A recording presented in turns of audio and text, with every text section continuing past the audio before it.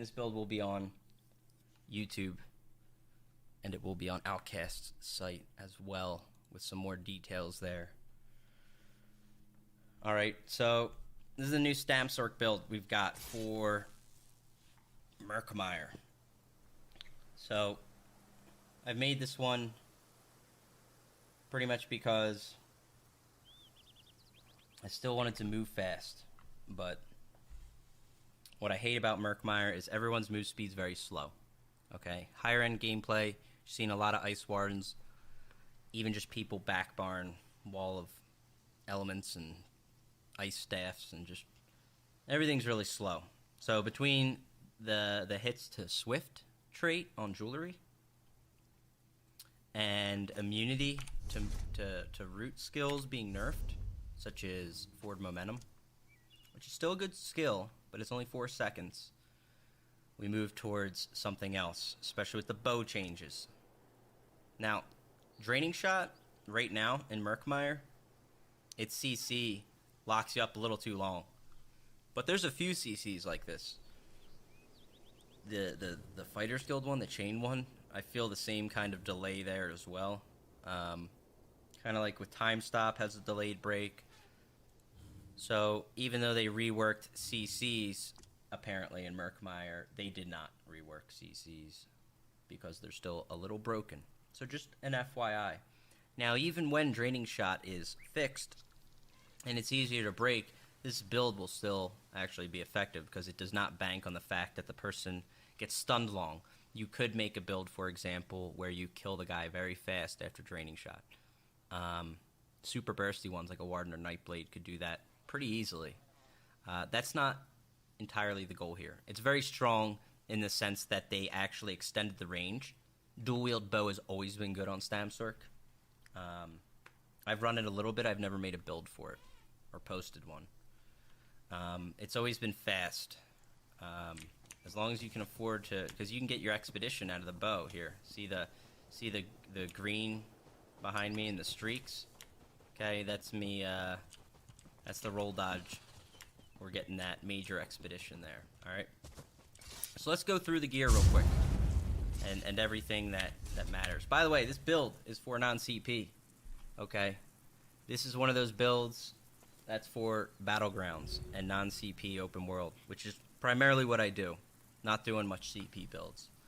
But this one really scales and is built for non-CP. It really is. Everything from the sets to enchants to everything about it. So, going through it, and I was going to change around some of the enchantments on the armor, but it turns out I was kind of happy where they're at. It is a medium armor build, so I'm in 5, maybe 6 medium. I'm in 6 medium with 1 heavy. I have a heavy hat. So I have a 2-piece Valken. And again, if you really want to see like the exact enchantments I have and the exact stats, that you can see in more detail on Outcast's site if you're not picking it up here. Because I do go through and I actually put the details on his site, which will be below the YouTube video as well. Get out of here. Alright. Because right now you're seeing this in a... Here, let me go into the non-CP campaign, and you can see the stats more clearly while we go through it, which makes sense. Because you want to have, like, you're not going to have a lot of high stam on this. You get that constantly. People are like, your stam's low, as if stam is the only thing that determines your damage, and it really isn't at all, especially in non-CP. There's a lot of things that factor in. Ultimately, this really pushes sustain, okay? That is a big key with this. I started out making a build with high sustain, and it turned out it was good on killing people without even really needing to slip much damage into it. Now, Valken I added for damage. All right, we're passing up something like Troll King here, which is very big, but it's worth it. It also gives us extra health, Valken. But it procs a lot because this build has a couple dots firing in it. All right, so 2-piece Valken, a heavy and a medium. The rest is going to be medium here. I have Red Mountain in here, which has great stats. Weapon damage, max stam, crit. Chance to proc the fire whenever we use a weapon ability. And we're going to be flooding weapon abilities a lot. Um, the other set I have is trappings. So basically, you're going, and trappings is a back bar set. So it's on the back bar with a bow. Now this set, if you can't get it from the dungeon, you have to farm this one from I think it's Dragon Bones, Scale Caller. I think it's from that dungeon. If you don't get that, you can put other things in here that proc on the back bar and be effective as well. I get targeted a lot in PvP for who I am. People see me, they target me. I prefer the extra sustain because of that. It helps keep me alive. And I can still close the kills. But you could put something else back here. I don't want to recommend Slodes, but boy, it'd work fine in here. Something like Briarheart, right? Something that procs a decent amount of time on the back bar. Again, I went sustain. Stats on this are very good, and for non-CP, stam sustain, it's very strong, invigorating. Stam recovery, max stam recovery. And when we're under 33%, this is basically the stam warlock set, okay? It's the warlock equal on the stam side. Because there's a Magicka set called Warlock, does the same thing. So this restores 9k stam. So this really helps you in those crunch moments, and I will show you in a gameplay video about that. Again, I'll post the enchantments on these armor. That's kind of mix and match from other builds I've done. So you'll see there's like, this thing has a tri-enchant on it, because I've used this in other builds. Some is max stam, some is max health. I'll give you the stats and everything. That I would go to Outcast site for, okay? Or you can see it here in the video as I scroll through it, because I have different ones on different parts. But it kind of works where my health and my stam is at. I like it. Only 22.4. You really have to be fast-paced with this build, but it is very fast-paced. Like, it is so fun. It's very fast-paced. You can maneuver around fights constantly. You can literally hover the edges, kind of like that's how I built Stamsork originally when I made it. You kind of can pivot around the fight and pick your fight and knock people out, get in and out. This does that very well. On the jewelry, I have infused reduced stam cost on all three. So what this does with medium is really lowers the cost of my skills a lot. Rending's at 833 cost, right? Tornado 1900. Like the cost of my skills is really low from stam. So where's the damage come from? Valken and Red Mountain paired up with dots. We have these poisons on the back bar. We have Master Dual Wield up front. We have an infused on both, weapon damage on one, and then the Restore Stam physical pen on the other. Okay. That is pretty much the gear in a nutshell there. For the Mundus, I'm using the Steed. So this is move speed and health recovery. So this is good for keeping us alive and surviving. The food we use is the Artaeum. Again, max health, max stam, and then more stam recovery and more health recovery. So this all goes very well with Orc, because Orc gets a passive to move speed and sprint speed, and its cost. Same with medium. That paired up with Steed, plus the health recovery from both of these, gets built up by the Orc passive as well. So this all works very well together. All points in the stam here. Okay. So that's pretty much the equipment in a nutshell. Oh yeah, people always want to know the motif. They say you're looking damn good. Here's the motif. All right, here's your colors. General's gold, and the black and the white. All right, this is a crown store chest and girdle. Telvanni boots, Malakath greaves, Yokuden gauntlets, and the silken ring pauldrons. All right, the Skyforged Smith Hammer's not easy to get. All right, that's a crafting achievement. Molag Kina sword and a Kina bow. The melee actually looks nice. It kind of matches that Stamsork theme.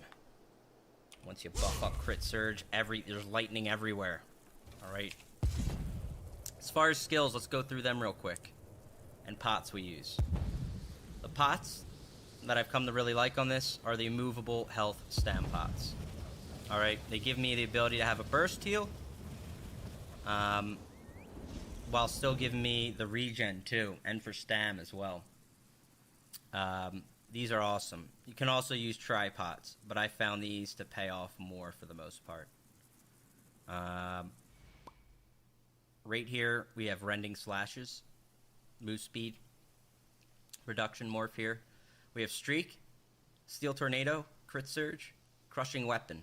This is from the Psijic skill line. We also have Psijic skill on both bars. So we get to use this shield with as low health as you have when you're disengaging and there's a lot of range hitting you. You can, you know, block and streak out of a fight, then like roll dodge. You'll get behind something and start healing up. People start chasing you. You come back around the corner firing at them. Alright, you'll see that play style in this. And if you really want to learn how this works, I'd recommend watching some of the gameplay on this build. Crushing Weapon you can also put up at the front end of your combo. It lasts for 2 seconds and it will refund if you don't use it. But for example, I'm coming in on a target, Crushing Weapon, I'm going to come in and hit him with a bow, and it's going to proc the Crushing Weapon on the front end. As well as, I'll show you pretty much your engagement style. It takes a little getting used to, but it makes a lot of sense when you see it unfold. Ideally, you have a target you're coming in on, light attack, and then poison inject. Then another, so that's your first move. What you're going to follow it up with is a light attack, and then the stun, draining shot, right? And then you're closing the distance to come in, either do like a heavy rending, or maybe a light rending. If he was pretty close and he was right here and you hit him, you can just do a light rending. But a big part of that combo is you do light and poison inject, roll dodge, and then do light and draining shot. And what that does, this is at a targeted range. So light, poison inject, come in, light, stun, and now I have the move speed buff, because in between the first set of skills, I did a roll dodge to get that little boost to close in and get in on the target. Because you don't have a gap closer, so use your move speed wisely. Steel Tornado obviously is going to be our closer. For people that are not dying quickly, I'm weaving Crushing Weapon at times. Unless they're very low health, then I'll Steel Tornado weave them. But I do that with Bash. So this is a light attack, Crushing Weapon, Bash. And I can show some of that. I should get a mob. I usually show my combos on some mobs. So let me find you a mob real quick to do that. Just demonstrate what I just talked about doing right there. Damage over time is dot. Yes, confirmed. Does Bash activate Crushing Weapon? It does not. It's only activated by light attacks. So if you pop Crushing Weapon and do a heavy attack, it will not use Crushing Weapon. It will refund at that point.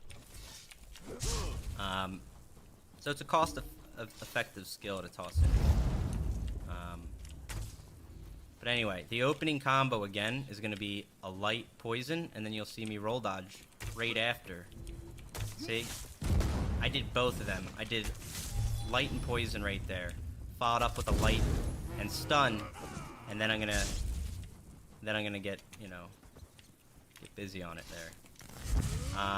As far as the melee weave goes, say I've already hit the target, right, and I'm on him, and he's high health, then what I would do is light, and I've already applied. You want to apply your dots, because your dots is what keeps the sets procking and rolling here. This thing's just already died. It doesn't even matter. Hang on, let me find something with. So this is light, Crushing Weapon, and Bash weave. You can see how effective it can be here. It looks weird, but that's what's happening. It's light attack, Crushing Weapon, Bash, and it's expensive because stem gets spent when you're bashing. But with all this going, it allows you to put out really high pressure, and you're gonna get your stam back because you have a lot of regen here. You come in, I put my dots, and I can light, you know, weave and stuff. So the way you're gonna get back, you know, you're gonna dark deal in between. You don't have to heavy attack as much because you really have a lot of stam flowing.